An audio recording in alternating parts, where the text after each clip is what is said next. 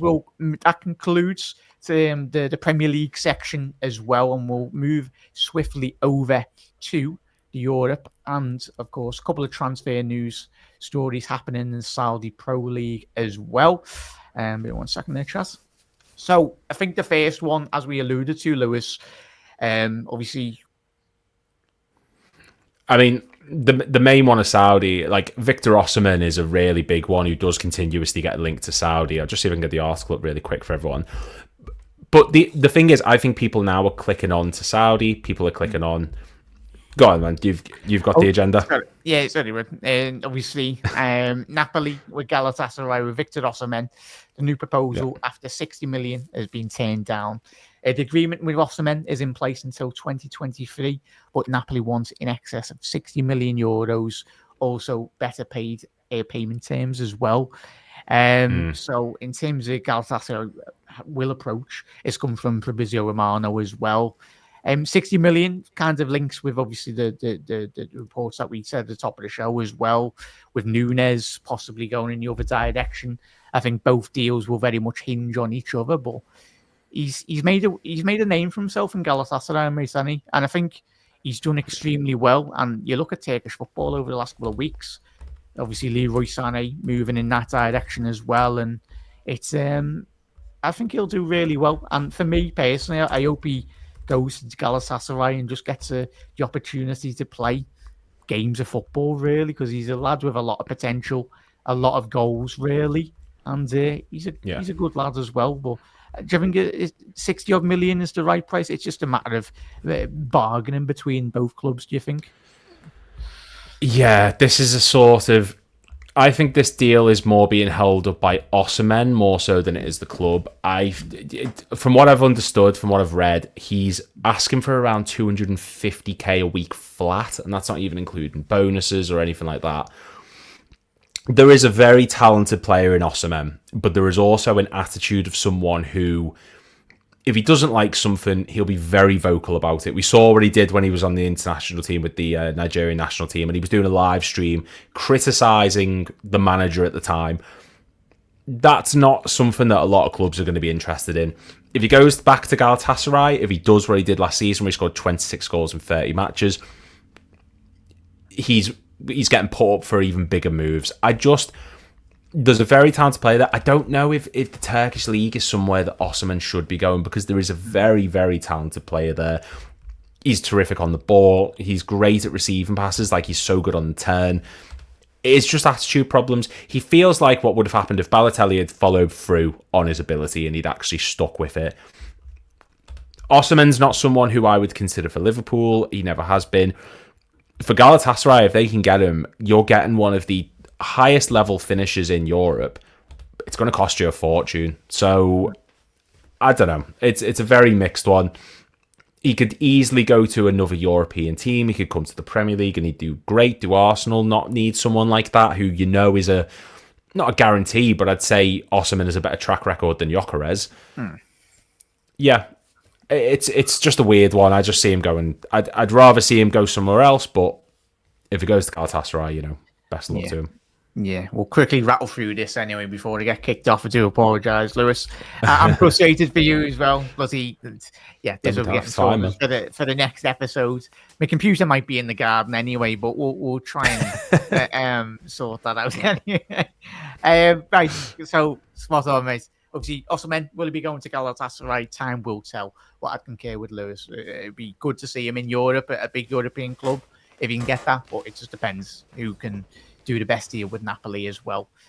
Quickly moving on to the news about Luis Díaz as well. I think we kind of touched on it, but we'll go over it again because it's obviously Barcelona. Deco's top priority for Barcelona is Luis Díaz. Some levels below Díaz on Barcelona's wish list is Marcus Rashford. For 28-year-old, is on the Catalonia's radar as well, but a move seems imminent as they prioritize. It doesn't seem imminent as they prioritize Luis Díaz. We've mentioned Luis Díaz. If they can't get that deal over the line, Barca, could you foresee a good positive move for Rashford going to Barca? Do you think he'll do well if he did get that move? Yeah, I think he'd do. Go on, sorry. I was going to say, it's going to be difficult to nudge out Rafinha, by the way, as well. There's no chance of him getting ahead with Rafinha, so... I mean, if he's happy being a backup, but maybe because Díaz and Rashford, we've seen that they are capable of playing through the middle, and Lewandowski is not getting any younger. They do need to look at bringing in options. So maybe that's the thought process. Maybe it's we want someone who can play out wide, but is capable of drifting in as number 9. I don't know, but if you're going for Díaz and Rashford's going to cost you more money, higher wages. He's worse than Díaz. That'll be Díaz is rightfully so their number 1 choice, and he does feel like someone who would absolutely thrive at Barcelona in La Liga. He just feels like a La Liga player. Díaz, the way he plays, the way he's great at getting in behind, good on the ball, great at having a go at people one-on-one. Rashford does not feel like that. He can do it. We saw it for Villa last season against PSG in the Champions League. He was very, very good in that match in particular. He just doesn't feel like a Barcelona player to me. I don't know what it is. Maybe it's bias. I don't know. But he would do well, but he just doesn't seem to... It just doesn't feel right to me. Yeah, so time will tell. I tell you, be a very lucky boy, Marcus Rashford. I tell you, he's got some very good moves. I think he's done really well. I think we'd all love to move to Barca. Nice sunny weather and all that. But I'd agree, boys. It would be an interesting move. Marcus, he's still quite young as well, though, Lewis and Chas. Yeah. He obviously, based onto the scene in very early age, scored against Liverpool, as we all sadly remember that game anyway. But you look at the amount of minutes he's played as a player, he's vastly surpassed someone at the age of 35 years old, like a Lewandowski. Yeah. It's ridiculous. But time will tell. If they can't get Luis Díaz, Barcelona look like they might be going to get Marcus Rashford as well. So quickly moving on, Christopher Nkunku is again a target for Bayern Munich. The German champions first expressed an interest in the French forward back in the transfer window of 2024, but have failed to land a succession of transfer targets this summer, including no other than our Florian Wirtz and Nico Williams as well. Bit of a mad transfer, as we've said with Chelsea. Bit of a madness football club over the last couple of seasons anyway. Decimated with injuries, the Frenchman. Obviously, attacking midfielder, can play in the false 9 as well. Rose to prominence in the Bundesliga. I think he holds one of the records for, obviously, the most Bundesliga player of the seasons. Christopher Nkunku, prior to his move to Chelsea. Big money move. Hasn't worked out at Chelsea. But as we know, that doesn't mean if you move to Chelsea and it doesn't work out, i.e. Salah going from the Italian league to Liverpool and being the sensation that he has been, mate. But could you foresee this deal happening? Obviously, this is coming from The Athletic as well, this story. Do you think a move back to the Bundesliga would be a good move for Christopher Nkunku? Yeah, definitely. To go to Bayern as well would be, they've just lost Muller. They want someone who's very versatile up top, someone who's good on the ball. And to be fair to Nkunku, when he does play in the Premier League, yeah, he's been poor the past year, but a lot of players have been for Chelsea. We've seen that. He is good on the ball. It was when they played, was it Forest last season, and he came off the bench, he got a goal against them. There's a good player there, and we saw it with Timo Werner. He leaves RB Leipzig, goes to Chelsea, goes back to RB Leipzig, has a great purple patch, ends up going back to Tottenham. Nkunku could have that kind of play, that kind of flourish again. He could go back to that standard. That last season, he got 16 goals, 6 assists for RB Leipzig in the Bundesliga. Nkunku is not a bad player. He suffers from like what Nunez has got, whereby they're a good player, they're just in the wrong system. He's a good player, but he's in the wrong club. And Nkunku at Bayern, I think he could do very well. He feels like he's suited to the Bundesliga. He's a very quick, technical player, good finisher of the ball, good in the air. Yeah, I think Vincent Kompany could get something out of him. Yeah, 100%. Mate. Obviously, he's getting back on back end of his career now, but I think if he can, as you alluded to, establish himself back in the Bundesliga, I think he'll get back to business, really. Yeah. Final 2 stories we'll quickly round off as well. Obviously, Inter Miami, extremely confident. It's obviously going to the MLS as well. Now, confident that Messi will renew his contract and lead the league club to Freedom Park Stadium, in obviously change a new stadium into Miami as well. They're moving in 2026 as well. The Argentinian led is a lead target for Al Hilal. The Saudi Pro League pursuit of the 38-year-old is long-standing, but Inter Miami hope to announce the fresh deal anytime now as well. Leo Messi, he's lit up a generation for every football fan as well. And even at the age of 38, he could probably nutmeg absolutely everyone in world football as well and still do a job. It's interesting what they're building in it. And into Miami, David Beckham, and I think there was a report today as well. Obviously, the Argentinian midfielder Saul, not Saul, the other lad. I completely forgot his name anyway. Do apologise, but do you think a contract extension at Inter Miami will be happening for you, Lewis? Do you think that's a good move, or do you think he might go to the Saudi Pro League? Is it Rodrigo De Paul? Rodrigo De Paul. Argentinian. Yeah, he's being linked with a move there. So they are getting the band back together, aren't they, in that club? So I can see him staying into Miami. I obviously going to Saudi, you're going to get the big money deal, but he seems settled. David Beckham's said himself, he's building a project. We saw what happened when he went there, and he was like the first big name that they brought in to increase the notoriety, the visibility of the league, to get the brand deals, etc. We then saw Lampard go, and Gerrard, and we saw like Javier Hernandez and all these big players go, Ibrahimovic, etc. Alessandro Nesta went there at one point. That's how big it got.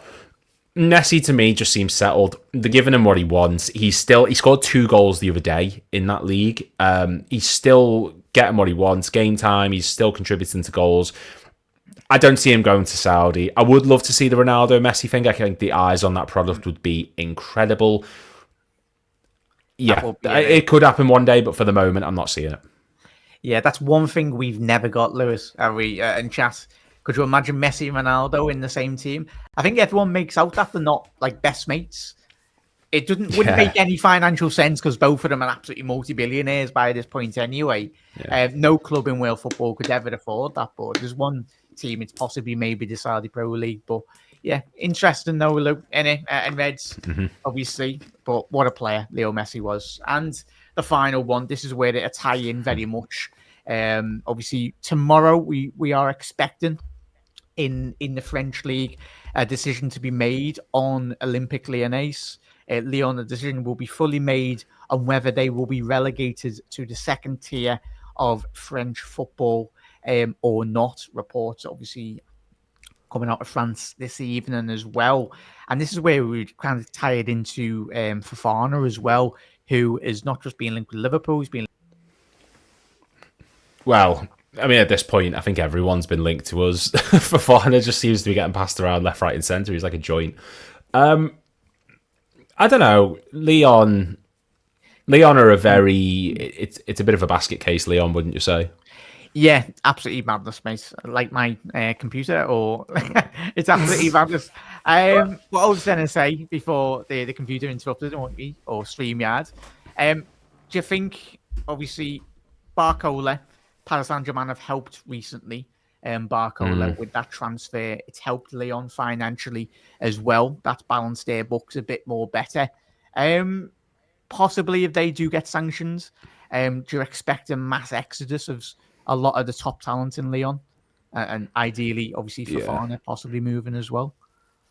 Yeah, there will be a good... And I don't think it's going to necessarily be a case of the players are like, nah, bung this, I want to go somewhere else. I think it'll just be a case of they have to. And we've seen it with teams in the past. Luton have just gone down. They've lost a large portion of their players because they've suffered back-to-back relegations. There's a large number of teams who have been knocked down the divisions. They lose all their top talents and they have to work their way back up. Rangers is the prime example of it. And I don't think a lot of players wanted to leave. I think it's just a case of, look, we can get good money for these. We've got to get back to where we were. We can sign other people, sell them on. There's going to be a lot of cutthroat deals for the Lyon players. And sadly, that's the way football goes. If they haven't financially budgeted themselves well, if they've been done by whatever rules they've been done by, you can't expect the vultures not to circle and come in for your best players. So I expect big number of those players, especially Fofana, to be leaving, because he was linked to Forest, wasn't he? Wasn't he in discussions with them or something? Yeah, Forest, and obviously with us as well in recent weeks. Yeah. So very talented, 20 odd years old, isn't he? So I think whatever happens with Quality. Chiesa and some of our players, I think I've seen clips, not going to sit here and say I've watched every game in League On, but I've seen clips and he looks very agile. I think he was on record over the last couple of seasons. He's obviously, he's got a big admiration for Sadio Mane and Salah as well. He's been on record of speaking about them as well, mate. But yeah, so Reds, keep an eye on that over the next 24 hours. We will be getting an announcement on that, and possibly if there is an opportunity to improve on and Liverpool see an opportunity in the market and other teams in Europe might move through for Malik Fofana as well. But that concludes tonight's show as well. That concludes tonight's show. I'm going to be Jack. Yeah, it's been a very weird week, everyone. I understand that we maybe shouldn't be, it's difficult talking about transfers and people coming and going and all this stuff. But yeah, it's. I'm sure Jack will take over and explain just how much it means that everyone's sort of stuck by everyone during this whole hiatus for the past few days, so to speak. Yeah, 100%. I do apologise for anyone tuning in as well. Yeah, as Lewis has just said there, the most important message from tonight's episode, and will continue to be so over the next couple of weeks as well, will be thinking of Andre's family, Diogo's family as well, everyone involved. Obviously, I'm happy that I've spoke to Lewis. First time I've actually spoke on, obviously, the Diogo Jota. I think over the next couple of days, Liverpool will be seeing a bit more of the media in terms of more interviews with Arnold and more statements as well. But I think from the Liverpool family, we're all getting behind Diogo and his family and everyone associated as well. You'll never walk alone has never been as true as it has through every difficult moment this football club's been through and the family are going through as well. But Lewis, thank you for joining me this evening, mate. And Reds, look after yourself, look after one another as well, most importantly, of the news we've had this week as well. But Diogo and everyone associated with his family as well, you'll never walk alone, and we'll get through this together as well, and we're here for every single one of you as well. But Reds, that has been an episode of the Transfer Show on the 8th of July, and Reds, look after yourself, and we'll see you soon.